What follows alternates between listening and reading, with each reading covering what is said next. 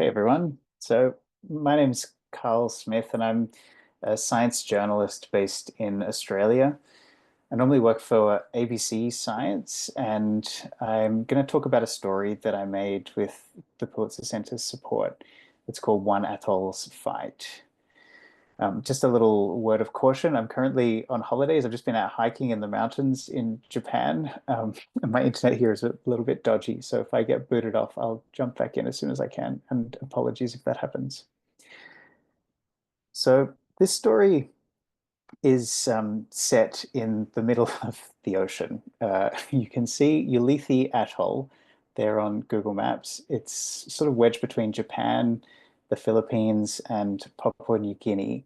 It's right on the edge of the Mariana Trench, and it is extremely hard to get to, as I found out in reporting on this community who lives out there. And also found it very funny that it's got a Google Map rating of 4.9 out of 5 stars. I'd give it a full 5 stars myself, though. Um, so the story that I was telling was about this incredibly remote community of about 1,000 people. They live across 4 islands in a circular atoll. There's a couple dozen other islands that aren't inhabited there as well. And they have seen massive changes in a couple of generations. It all kind of started for them around World War II. You can see that picture up the top right. The atoll was a forward staging area and a secret base for the US Navy when they were fighting against Japan in the Pacific region. And so more than 10,000 troops landed there and completely changed the whole ecosystem. They, basically just mowed down islands. They netted a whole bunch of areas to keep out torpedo attacks, and there was actually an oil tanker that was sunk by a torpedo attack in the middle of the lagoon, and it intermittently spilt oil. But alongside those kind of like very structural changes, this also really changed their way of life, this massive contact with the outside world. They'd used traditional management to look after their reef atoll ecosystem and their community for thousands of years. And then suddenly they had processed food introduced, but also motorboats, spear guns, and new cultural influences. So this combination really made life quite challenging for the community out there. Over the years that followed, they also realized that invasive species had come in. There'd been a lot of environmental degradation.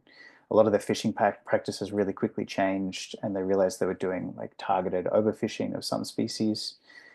And then, of course, in more recent years, they've had to deal with climate change as well, and rising sea levels. So one side of the main populated island is starting to be eroded away. But as a community, I think they decided together to fight back, to fight where they could.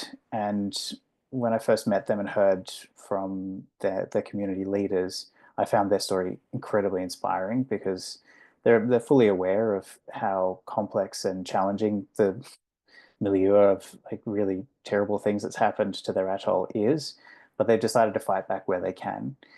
And in a kind of unique process, this is a community-led initiative, but they've called in a group of scientists to help them understand what has changed as they begin to try to reawaken their traditional management practices to try to get a natural equilibrium back to their reef atoll ecosystem. So it's this really interesting collaboration, community-led, but bringing in Western scientists.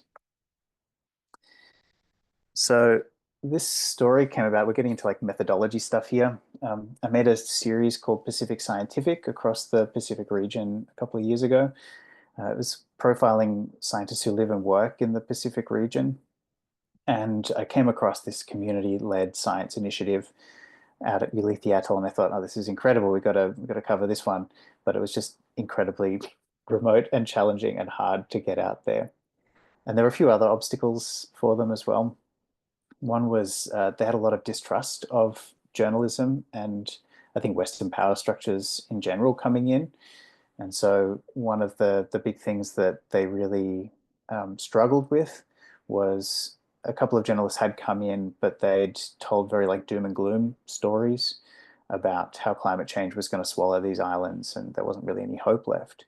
And the community was really demoralized after that. And their whole approach is how can we fight back? What can we do to preserve our atoll for as long as we can?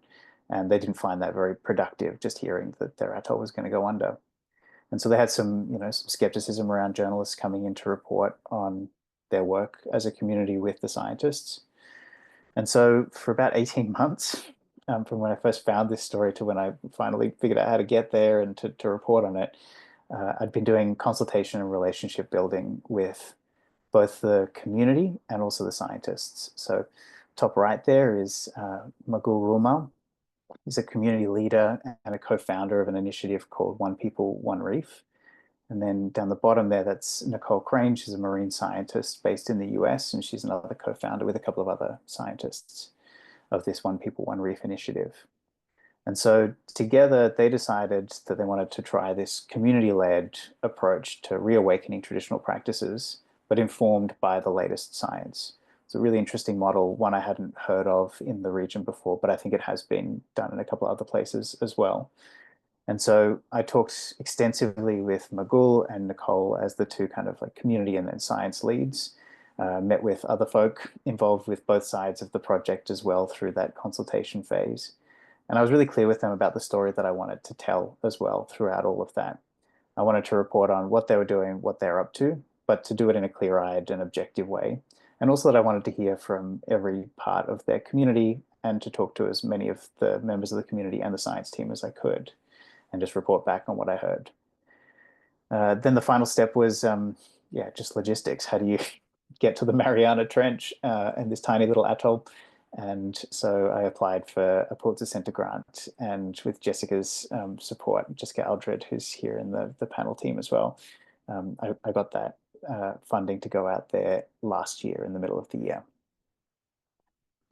So this session is about plurality when it comes to ocean narratives. And I think this story in my mind kind of had inherent plurality built into it because really you've got like two knowledge systems. You've got science and then traditional management coming together to try to find a way to work together for a community. And so, on the left, you've got the science team that are coming in, they're learning as much of the cultural context as they can, but they're also bringing that expertise from science to basically like survey what's changing, what has changed, and to really understand deeply like what is the traditional management practices and how they would work in the lagoon, at the reef with fishing, or on the land with gardening and so on. But at the same time, you've got this other knowledge system, which is the traditional elders hold the vast majority of the traditional management in the region, and they pass it on through chants. They're really quite beautiful. The audio documentary that I made for this project starts off with a chant from Chief Laz, who's down the bottom right there. It's just a small one. It's this tiny little sort of 20-second chant, but it codifies like this whole process of catching flying fish that skim across the lagoon at night in Ulithi Atoll. And so this story was really about showing how these two different knowledge systems can work together and what the community makes of that, because the community is really in the center of all this. So in terms of the process for me, the first big thing was trying to understand as much as I possibly could beforehand. So I started slowly with Magul and with Nicole, the science and community leads, to try to understand like what was the dynamic there, what was the work that they were doing, what were the concerns and tensions in the community, and also to gently try to understand what were the power structures there. There's 4 different inhabited islands. There's different kind of culture between the different groups on those islands as well. There's also gender dynamics, and with the elders holding the traditional knowledge, they're considered to be more powerful in the societies as well. So understanding that cultural context was really important. Another thing that I thought was really useful in terms of process here was to find myself an in-country collaborator. So these 2 pictures here, Maji Adalbai. So she's like a photographer. She does it mostly just for fun in Yap State on the neighboring like Yap Island. And she knew the Ulithian language and she knew the community. And so she and I buddied up for this project. And we tried to design it as best we could as a co-learning experience. She taught me a little bit of the language, taught me a lot about the culture and customs. And she's holding my camera there in the pilot seat of a plane because I tried to teach her everything I knew about photography while we we're out there as well. so that she could apply some new skills to her work and to her hobby as well. And I think having an in-country collaborator was really important to navigate working at a cultural context like this. We often have, someone who is in that role whenever we're doing reporting in other parts of the world. But I think trying to find a way where you can learn together and try to find someone you can really get along with as well. Like she and I still message all the time. That was really important. And then the last thing in terms of deep understanding is also helping the community understand what I'm doing, being really clear about the story that I want to tell, but also this process and also what it can't do. I think a lot of the time there's this idea that a journalist will come in and tell the story and then everyone will pay attention and things will change. But a lot of the time that's not going to be the case. Like you can add a little drop to the ocean and sometimes that can steer things in the right direction. But at the end of the day, I was really clear with them that I just wanted to tell their story in their words and from both sides, from the science team, but also from the community's perspective. So in terms of process, that meant talking to the scientists involved, but also talking to independent scientists who had done similar work in the region to get a sense of, what do they think about this process? Does it work? And it was really interesting that when you have community-led initiatives like this, a lot of the marine management systems actually do better because you've got buy-in from local communities. And so independent scientists told me that when they've surveyed marine management in protected areas across the region, they found that where you have these community-led initiatives with scientists providing support after the fact, that can make a huge difference. So it's really interesting hearing that perspective as well. And then, of course, like the community leaders, it was really vital to hear from elders from across the 4 islands, but also representatives from other groups. So mothers, a little kid there, and Annika, one of the younger, like emerging leaders, but she's I think now 17 years old. So trying to hear from all these groups that often don't have a strong voice in communities like this as well, but are learning to speak up through projects like this as well. The other thing I did in terms of process was a lot of the time as journalists, we do checks for accuracy. But I had a chat with Magul early on in this process, the community leader, about arranging to do a check for cultural sensitivity. There's a lot of people, I talked to about 40 different members of the community, and many of them were very loud and open in their opinions, but there's also a lot of sacred knowledge that can't be shared more broadly. And there's some things that are quite touchy in the community when it comes to sharing with the outside world. Things like they eat turtles quite regularly and turtle eggs as well. It's managed through their traditional practices as well so that it's not too taxing on the turtle populations out there, but it's a really difficult subject for them to talk to, especially with, say, Western scientists or Western media. And so I wanted to arrange a cultural sensitivity check with Magul as the community leader to look through everything to make sure that I wasn't doing anything that was culturally dumb. And I think when you acknowledge that you're reporting in a very different cultural context, that can be a really useful step as well. Find someone who you know well and trust and ask them to look over things. Again, though, I think it's really important to maintain your editorial independence. And I had a lot of long conversations with Magul and the science team about this. And so the way we did the cultural sensitivity checks was, please point out anything that was culturally insensitive in there, and we'll have a closer look at it. Thankfully, there wasn't anything in there, but I think that's the best approach because you need to maintain your independence as a journalist as well and see things in an objective light. So all of this takes more time. And I think this is probably like the main key takeaway for me to give to all of you interested ocean reporters out there. When you're reporting in places like this, it just takes a bit more time to go through all these steps. It shouldn't take 18 months, like a lot of that was the logistics. So here on the right, we've got Amos, the pilot of this 8-seater charity flight that does like mercy runs to a bunch of atolls. And they do a couple of these each week. So it's very hard logistically to get out there. I did an interview with him during the flight from the co-pilot seat, which was pretty fun. But yeah, putting the logistics aside, it's still going to take more time to do this right. And I think if you can't do it right, if you're just going to do a rush job, then you've got to ask the question, like, is it worth doing it? Because the community told me they had been harmed by some reporting before. that told the kind of standard doom and gloom, shock and horror, climate change is destroying the world stories. And the story that we told was one of cautious optimism. It was definitely still realistic about how climate change is most likely going to swallow up this atoll, but how they're trying to fight for as long as they can to stay there and to maintain a strong community for as long as they can. Or if they need to move, then they'll have that strength in their community to take with them as well. And so I think taking the time to understand that story and to understand their journey is really important for a story like this. And I think also creating spaces to share openly, to catch problems early, like through things like the sensitivity check or being really open about like the story you're telling and why, I think that's really vital. But yeah, it does take time. So I always tell my teams back here, if you're reporting in the Pacific, sometimes you get stuck on an island, or sometimes it's just going to take more time because the internet is down in that state for a few weeks. And certainly, like trying to line up a lot of conversations and video chats with people on one of the most remote atolls in the world does just take a lot more time.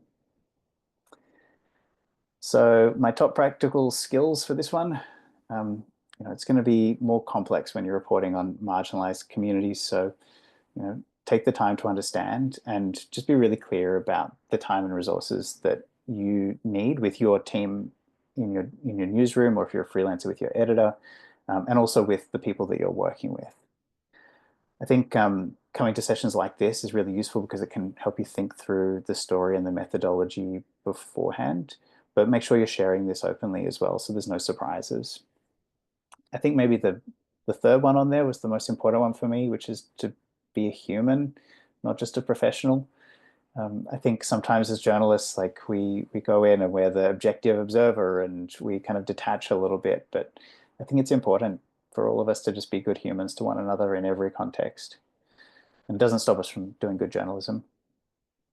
If it's appropriate, and I think in this setting it was, ask for a cultural sensitivity check. And yeah, a big thing for me was try to find an in-country collaborator you get along with, that you can co-learn with. Try not to make it a one-way transactional thing. Try to find a way to give back as well, so that it's not just about, what can I take from my stringer in the field? It's like, okay, well, how is this an experience for you to learn too? I think that's it for me. So go tell some excellent stories, and I'm looking forward to any questions you guys have later. But I'll hand over to, I think it's Jenn next. Is that right, Jenn? I think we're heading to Barry, but Oh, fantastic. sorry. No problem. Over to Barry then. All right, thanks everyone. Thanks, Cole.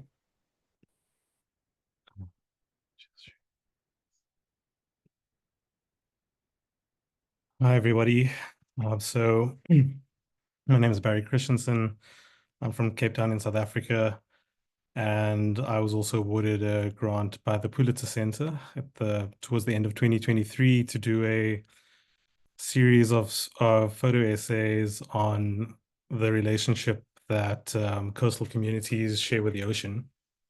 And in the end, I focused on 4 different areas, but ended up publishing a few written long reads after that as well. And the first one that I'm going to show you is on Dwesa Ncwebe.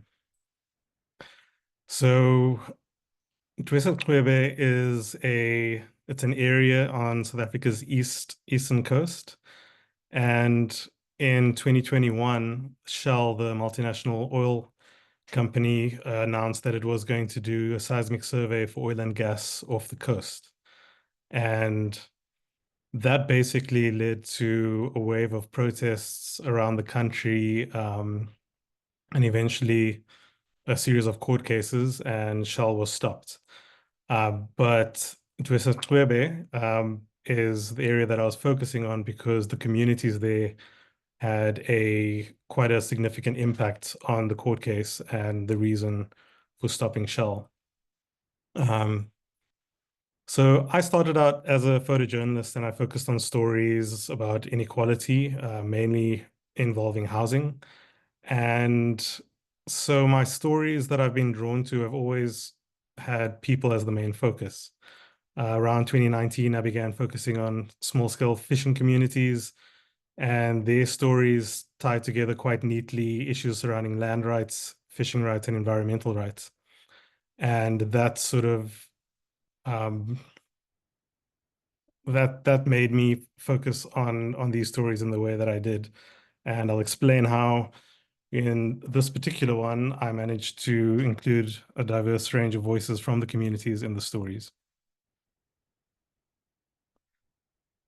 So Twebe is being on the eastern coast of South Africa. It's very popular with tourists because of its natural beauty. So local and international tourists. And Shell Seismic Survey was in search of oil and gas, and the end goal of that obviously being to extract whatever is there. Um, there were lots of protests around the country that involved the health of the ocean, particularly marine mammals. But I was led to ask, what about the people who lives there? So the way I ended up planning the story was initially to do a lot of research. The fisherman in the picture, David Gongos, is from the area, in one of the villages called Obeni, and he was pivotal in the villages over there getting customary rights to fish inside a marine protected area. Barry, I'm And because, sorry to interrupt you, but oh, we're still seeing your first slide. There we go. Now we see the third one. Thank you. oh really? Oh no. And now? Now it's all good. Okay.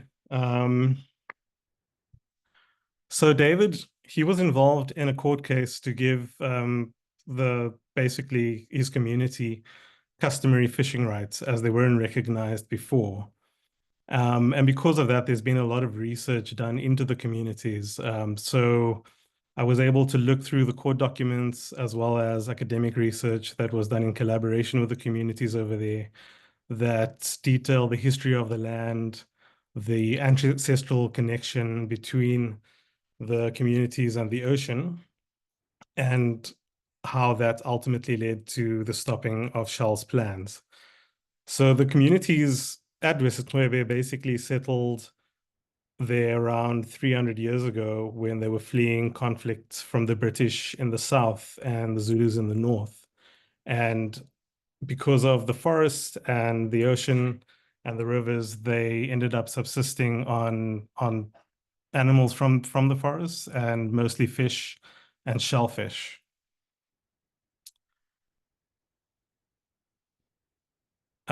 So I ended up making contact with a researcher that did some of the papers that I'd been reading beforehand. Sorry, I'm just a bit flustered because I missed that slide and I'm a bit out of sync. Let me just reset.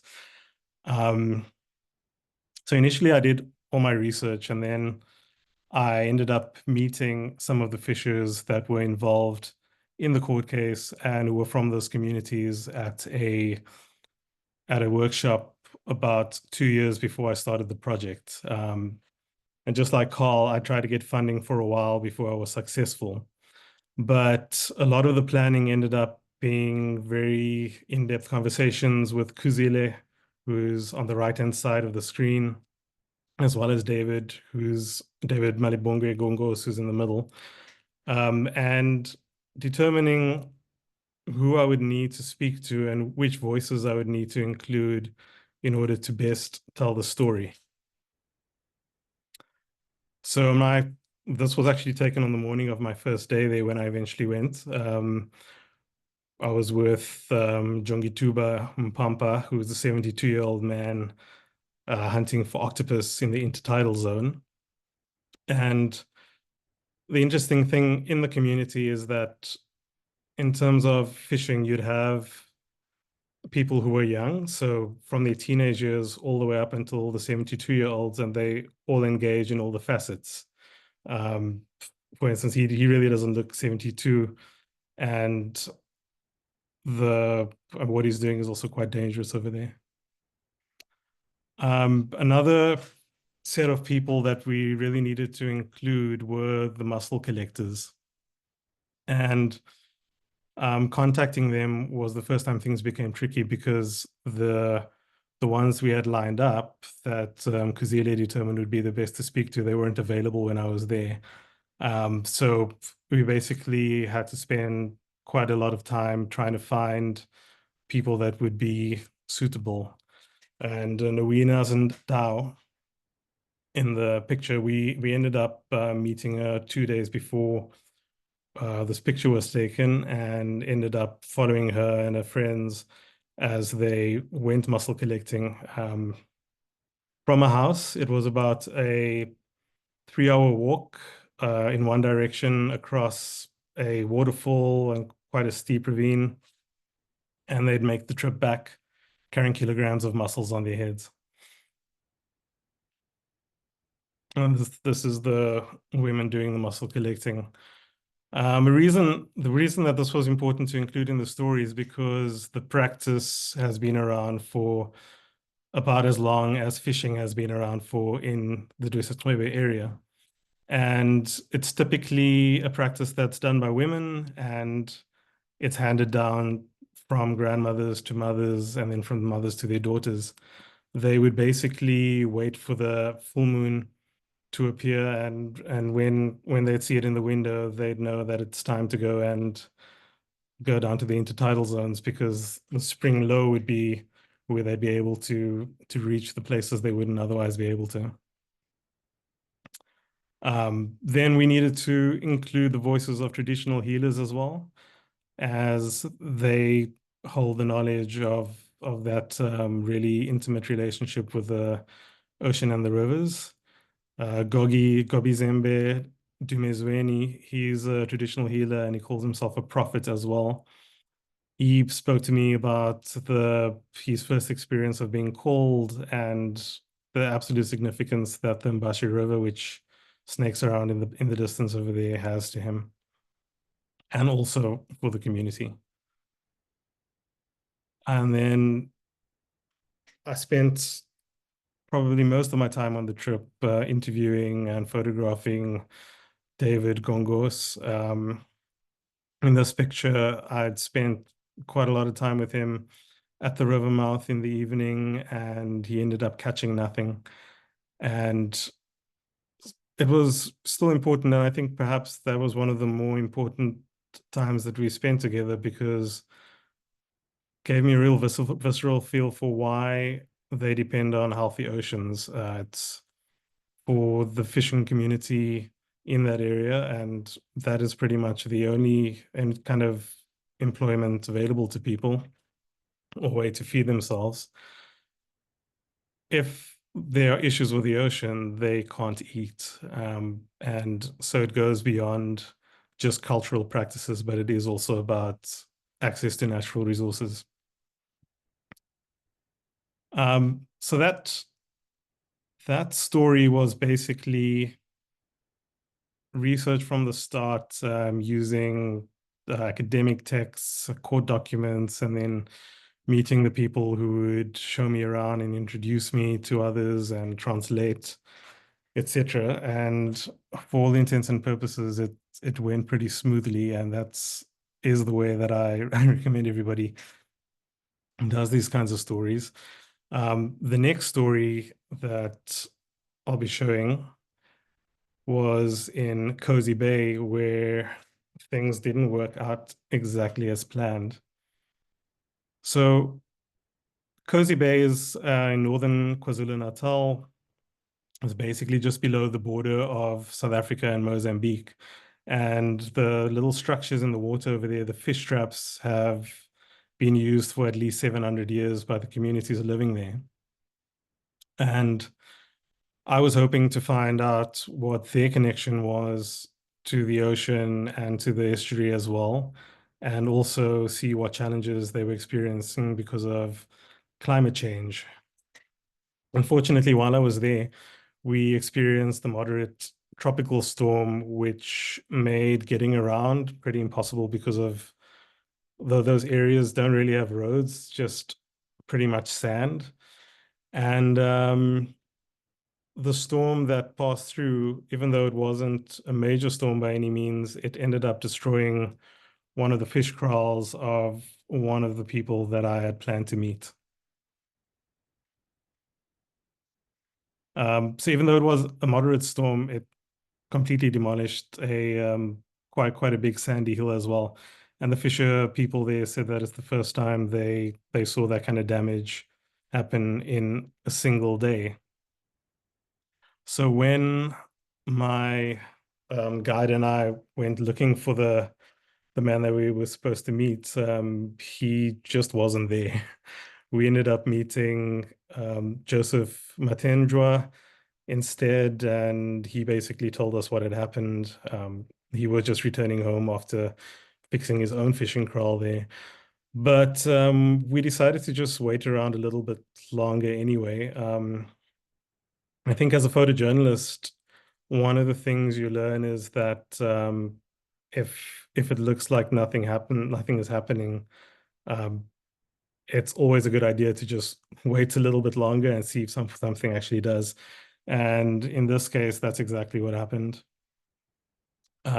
We ended up meeting Stembiso Biela with his son, and he was basically showing his son the ropes of how to tend to the fish kraals in the area.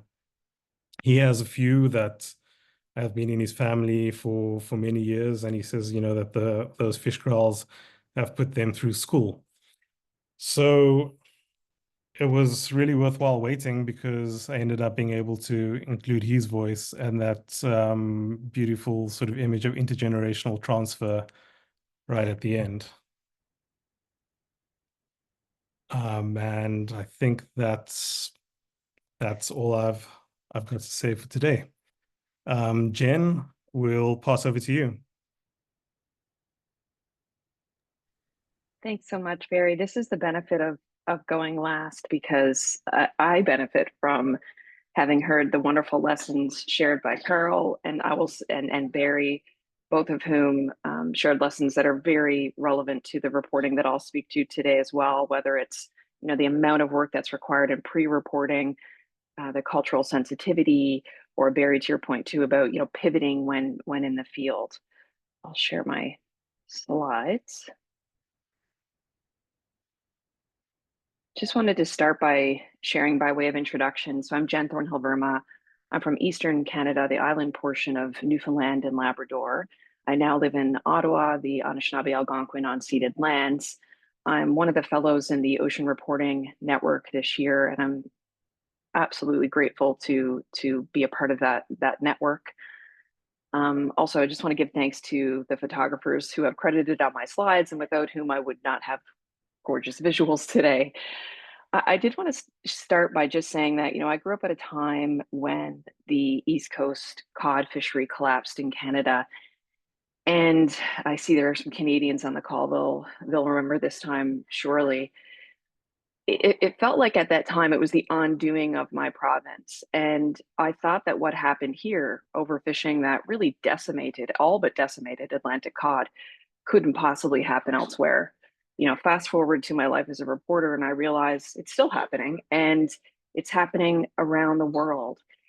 In some ways, coverage of that cod collapse became my earliest equity lesson. We know that some challenges and decisions disproportionately affect some populations in society more so than others. And in this case, you know, fishers, plant workers, many in rural areas became the school of fish out of water, out of their element, thrust into the nightly news, anger honing the edges of their accents. And I just want to say a reminder that, you know, if coastal and ocean stories are not reported, if we don't report from across the global ocean, then we can think that what happens in one place doesn't happen elsewhere. And, you know, I've already seen great parallels in what I've heard from both Carl and Barry today. That early lesson is certainly what drove my interest in journalism and covering ocean, fisheries, biodiversity, climate change. And my goal has always been to really report alongside those who wear the boots and boats and harbors and waterways where the story happens. And just like you've heard today, my stories also include, you know, best available evidence and data, never at the expense of great narrative, And certainly the reporting I'm going to share today is one of both traditional knowledge, in this case Inuit in Canada, and Western science as well. So the focus of my presentation today is our Unsettled project that we produced, funded by the Pulitzer Center's Ocean Reporting Network deep dive grants for the Globe and Mail. And the premise of the project itself is a climate justice story. I think that's best captured by Joey Egnatok, who you see here measuring sea ice, a knowledge keeper in Nunatsiavut in northern Labrador. And he said, look, we see the changes, but we didn't create the change, speaking to climate change. He also shared with me that when the ice is strong, Inuit are strong. And there were so many just beautiful lessons that were shared in the field that really were instructful to this reporting. And so this is a climate justice story that addresses a coastal adaptation gap to climate change. And we know that human migration is a major consequence of climate change. Coastal regions, we know, are suffering the most, but are often the least prepared. I will say the examples we've heard today run counter to that, and I think that's why it's important we share them. But the Intergovernmental Panel on Climate Change refers to this as the coastal adaptation gap. And while migration is not yet on people's radar in Nunatsiavut, what is happening there is every bit as unsettling. And so in this particular region, I'll just show you a visual of where that sits in the Canadian context. People experience 6 seasons. So that's with the addition of an early fall and an early spring. And often they talk about 2 times of year. And I will say I learned this from Rachel Cadman at Dalhousie University, who's working with the Nunatsiavut government, and then had an opportunity to talk to community members about what that is. But they talk about 2 times of year: the time to travel on the ice and the time to travel on the water. And the ice, the sea ice that once marked 4 seasons, now mostly marks 2. Less time on the ice for Inuit, people of the ice, means less time steeped in their culture and their tradition and their practices. And the ice, which I think much of the reporting focuses on rightly, that it serves as critical roadways in the far north. It's weakening beneath their feet. And so for this particular reporting, we reported on 2 stories: adaptations, community-led Inuit adaptations to sea ice weakening, and also adaptations in the marine environment, because as the sea ice is melting faster, it's speeding up the plankton bloom, which is a vital food source for the marine food web, including the wilder country foods that Inuit depend on for nourishment and culturally. And this is a place that has the highest food insecurity in the country. Store-bought foods can be shipped in or flown in. Healthy alternatives to country foods tend to be expensive and quite inaccessible. So this is where our reporting took place in the northernmost community rather, on the Labrador coast in eastern Canada, and it's where the subarctic meets the Arctic. I will say, just for cultural background, adaptation is not new for Inuit. They are nomadic people for whom, home has been where the harvest is. Resettlement, though, is a word that needs to be used cautiously, because this is a region, like many parts of the Canadian context and other colonial contexts, where people were evicted from their lands by church, state, and trade interests, and are very much still contending with the trauma of those decisions now. So, in determining to call this project Unsettled, we really wanted to think about that cultural sensitivity and context. So much of the reporting, too, has been deficits-based. And the people that we met with and interviewed really wanted to tell a story about the assets that they have in the field, the climate adaptations, Inuit self-determination, and resilience. And as I mentioned, Joey Egnatok, who's here holding his harpoon, was one of the first people I met. And it was really trust built from previous reporting, years in the making, that led to this project with the Globe and Mail, funded by Pulitzer Center, being possible. And it was Joey who called me one day and said, the ice is forming, but not like it should. And I was very fortunate to be on the receiving end of that and said, please tell me more. And he did. I heard that climate change, we know, is happening 4 times faster in the Arctic. That influence is even greater here because the ice is weakening just as fast, but it doesn't grow as thick. To contend with those changes, Inuit are adapting. They're relying on traditional approaches, still striking the ice with a harpoon, to check ice thickness, but also using more modern approaches like sea ice and community weather stations to assess the sea ice thickness, log that data over time, and trend it to see how the environment in that region is changing. We really tried in this reporting to show and not tell. So, for example, there was a time when researchers came, they collected samples and left. Now everything is really by community, for community, with community. So we wanted to show examples of the fishers and hunters like elders Gus Dicker and Ron Webb, who you see here as well, taking sea ice measurements. In the same way, there's examples of fishers. So Joey featured here again, collecting plankton, and actually Agnetak created or helped to design this instrument he's using here to collect plankton under the sea ice. It's the ice shark, modeled after a basking shark, for collecting phytoplankton and zooplankton. What we heard there was that climate stories are human stories, of course, and we wanted to share how climate change was affecting the community. So it was really important to us that we talked to a range of community members, elders like Sue Webb, a young mother who's since left the community, Chelsea Segersuk, and a youth voice, Ayu Lightfoot. They really helped to explain, I think, how climate change was disproportionately affecting them, from feeling a sense of urgency to pass down traditional knowledge about safe sea ice travel, to understanding how climate is weakening the ice and in some cases Inuit relationship with that ice and environment. And also Ayu shared with us a very heartfelt message that if there's not as much sea ice, there's not as much of an opportunity to wear traditional clothing as they're wearing here. I'll also say we worked really closely with the local Inuit government, the Nunatsiavut government, and Environment Canada, the federal government, to source data. There are plenty of stories that show sea ice weakening using satellite imagery, and my own reporting has showed that as well. We wanted to be able to show it in a way that really hit home for people in Nunatsiavut, which is comprised of 5 communities. And so the seasonal calendar that you see here on the left in the circle, and the sea ice season cycle, this data was not before shared, certainly not in this way. We've since had Environment Canada approach us and ask us for the methodology, even though they worked with us. My colleague Murat Yükselier, who did a fantastic job on data visualization, can provide lessons on how to culturally appropriately share this data.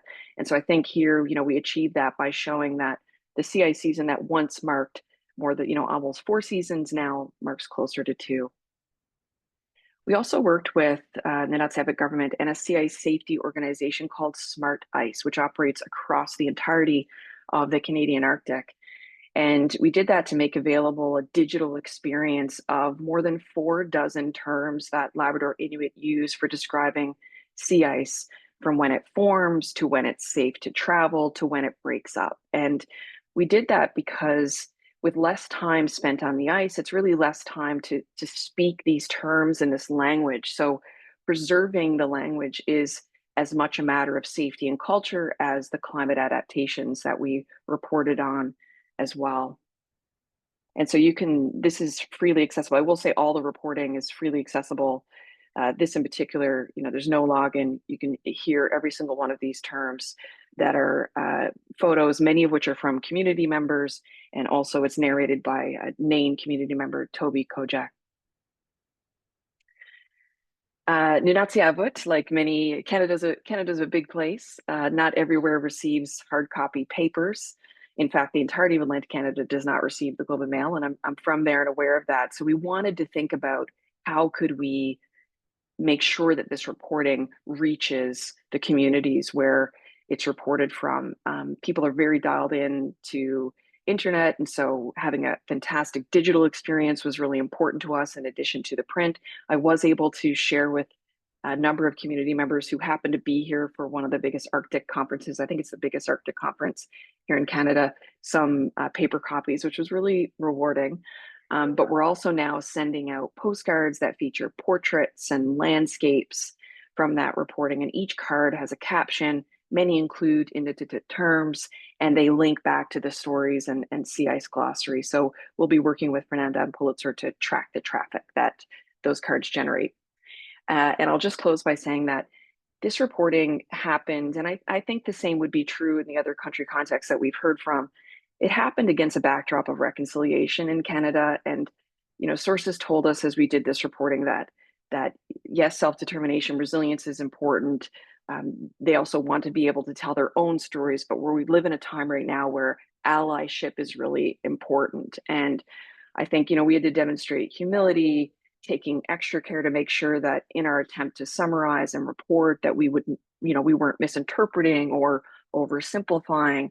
And so it really required us to be collaborative, not extractive or exploitive, and really take care, as Carl referenced to, and checking quotes for attribution and just making sure that we were doing the additional due diligence. And I'll pop a link in the chat as well to a framework. It's called the Progress Plus Equity Framework. I learned about it through my previous work with the Global Evidence Commission, and it's a nice framework, I think, that's intended for researchers when conducting research to think about equity, but I actually think some of the prompts are really helpful for us as reporters to check our own biases as well. I'll leave it there, and thank you so much, Fernanda and Pulitzer, for making this opportunity to share our work. Thank you so much, Jen, Carl, and Barry. That was great. Jen, you said a phrase that I love, that is climate stories are human stories. And I think that throughout the reporting of the three of you, we see that very clearly. We see the people that you interacted with, the sources, the tools that they're using to innovate and resist and think creatively about their communities and their lives. We have a lot of questions to go through, so and 10 minutes to get to them, but I'm sure we will go through all the questions. So first question is coming from Olivia, and it's directed to Barry. She wants to know if you found the researcher or the collaborator that you mentioned while on the ground or ahead of time in your reporting. Hi. So no, I actually found the researcher probably in 2020 or 2021. It's about 2 years before. And then I met the person who would be my collaborator at an oil and gas planning conference for fisher communities. And I found out that he was from there. And we actually ended up having probably an hour-long conversation just out of the blue. And then I ended up contacting him again a year later when deciding to pursue the story. So well in advance. I'm planning before. This one is coming from Abhit. I hope I'm pronouncing your name correctly. And it's not directed to anybody, so I'll direct it to you, Jen. How to document and tell stories related to marine protected areas and 3030 targets. Thanks so much, Fernanda. I think that's a really good point, and I think that I will often reference those commitments. So I think a big part of our job is holding power and authority to account. If there are commitments by countries to achieve 30 by 30, as there are in Canada, or there are marine protected areas in place, it's to say, look, what is it that the government has committed to doing, and are they doing it? Is what they're doing delivering what they thought it would? And if not, why not? So I would say that, it's really important to incorporate that into our reporting. And, a good example of that in this story was that in Northern Labrador, there is movement. And actually, there's another Pulitzer funded story that appeared in Seascapes in The Guardian a couple of years ago that covered this.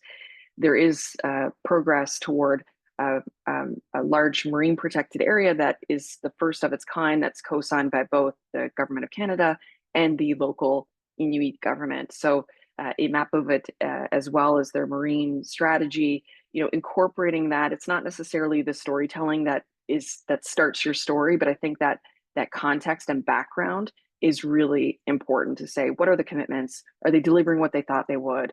And also, I'm amazed, in healthcare, if you had stories that talk about a particular disease or healthcare issue, you would very likely hear perspectives from patients and providers. But still, in fisheries and oceans reporting, we don't always hear from people with boots and boats and harbors where the story happens. And so I would say it's important too to kind of relay those commitments. And sometimes I find myself in that translational role where I say, the government has committed to doing this. What do you think about that? How does that impact you? So I would say, break it down into conversational terms and make sure you're talking to the people who are most affected by decisions. I might chip in on that one as well, Abhijit. I think it's a great point to talk to those most affected. I'm sure Barry would agree with this as well from his reporting and from what he talked about earlier. I know that in the story that I did in Micronesia, I met a lot of people who were from communities who talked about how the way a lot of these systems are being implemented work really well in the West when it comes to MPAs. You've got this kind of top-down enforcement systems and structures, by and large, enforced really well. But in places like Micronesia, often the government signs up to a commitment like that and then enforces a top-down decision on communities, perhaps without as much consultation as they should have gone through. And so certainly like the community that I was talking to in Ulithi Atoll, they decided not to designate their traditionally managed areas as an MPA. They wanted to set up their own locally managed protected area. And where I heard a few stories where the federal government there had instituted top-down decisions on instituting MPAs, that it hadn't worked, that it hadn't been respected by the community because they might have got a payout at the start, but then suddenly like their culture and traditions and way of life were completely changed, often without enough consultation. And so, yeah, I think going to talk to the affected communities is really vital when it comes to covering MPAs and 30 by 30, especially in places with marginalized communities and in the global South. I think that's really important. Thank you so much, Jen and Carl. This question is directed to all of you, so you can popcorn to each other. It's coming from Protus, and he is asking, can the presenters talk about the power structures, tensions in the relationship among fishing communities, their governments, and international players in the fishing industry? What challenges did you face while reporting your assignments?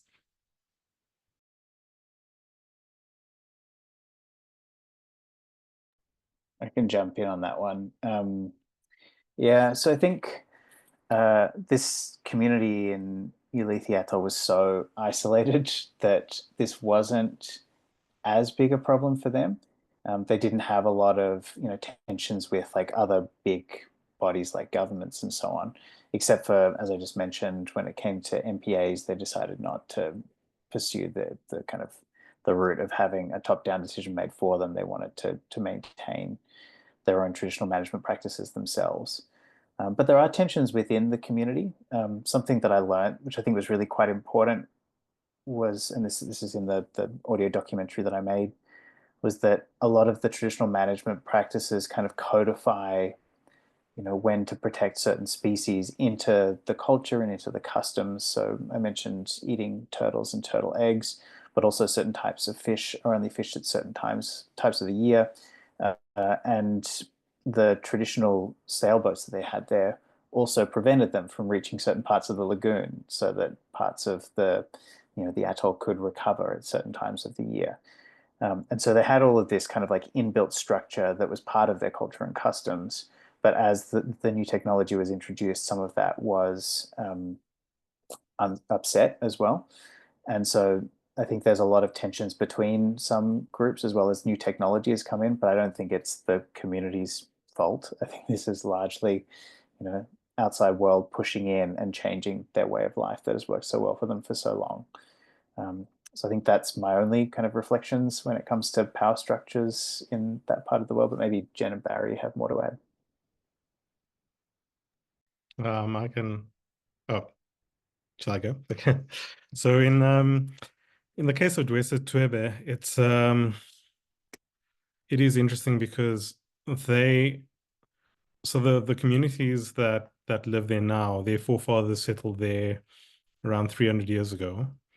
And they developed systems of customary rules for when to harvest, when to hunt, the size of fish to catch to keep things sustainable, etc. But with apartheid, that basically that area became a marine protected area, and before that it became a conservation area under British rule. So conservation efforts around there have always been top down and didn't involve the communities and actually kept them out of their spaces. So when democracy rolled around, they applied for land restitution. But in South Africa, there's a rule that communities that apply for land restitution in conservation areas, they don't get the conservation land back. So they'll get a different kind of settlement, either monetary or land adjacent, etc. So those communities never really got to go back. So that's one of the challenges that they've had. And they haven't really, even though they've got customary rights to use the natural resources, they still face ongoing challenges. And then in addition to that, when Shell announced that they were going to do their seismic survey, in order to be able to do that, and actually the initial authorization was given to another company a couple of years ago, there's a level of community consultation that has to happen. But these companies, they did their consultation on quite a high level, and they got sort of buy-in from chiefs, even though that's not typically how decision making actually works in those communities.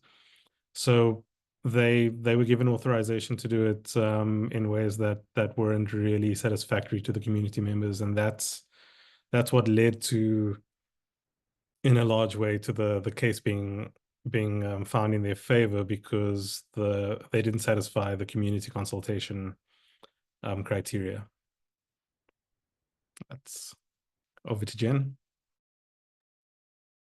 I would just say very, very comparable challenges. And I think a big one for us was, yes, it's important to tell a story that is based on self-determination and resilience in an Inuit context. We did hear, of course, people say, look, we see these changes, but we didn't create these changes. And we don't want to let the regions of the world that are responsible for climate change off the hook. And I think that that's a struggle covering any story where there are power imbalances, finding the right narrative to be able to relay the story. So thanks so much, Fernanda. Back to you. Thank you all so much. So we have to wrap up, but we've been liking to end webinars with a final word to the ocean journalists, a final word of inspiration to them. Maybe we can go for Carl, Barry, and Jenn. Sure. I think in the spirit of the story that I made, I might just try to paraphrase one of the people I talked to. He's a young member of the Ulethian community and a member of the Yap state legislature. And he told me that, as a small community, they're doing everything that they can at a local level. They've been successful in getting rid of invasive species from a couple of islands now. They've restored their traditional fishing practices around a couple of the inhabited islands with great success to fish numbers. They're helping to clean up some of the problems in the atoll and on their islands.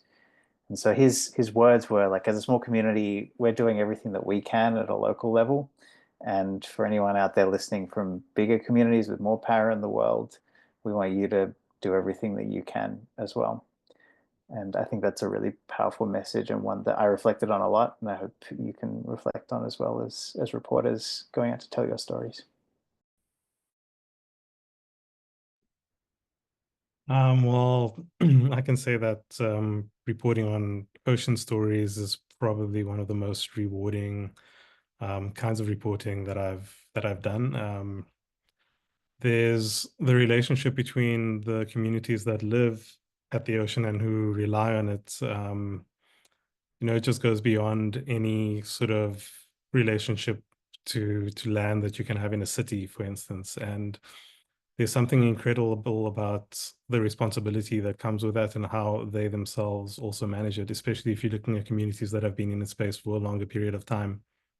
Like the 700 to 1,000 years in Cozy Bay or the 300 years in Bay.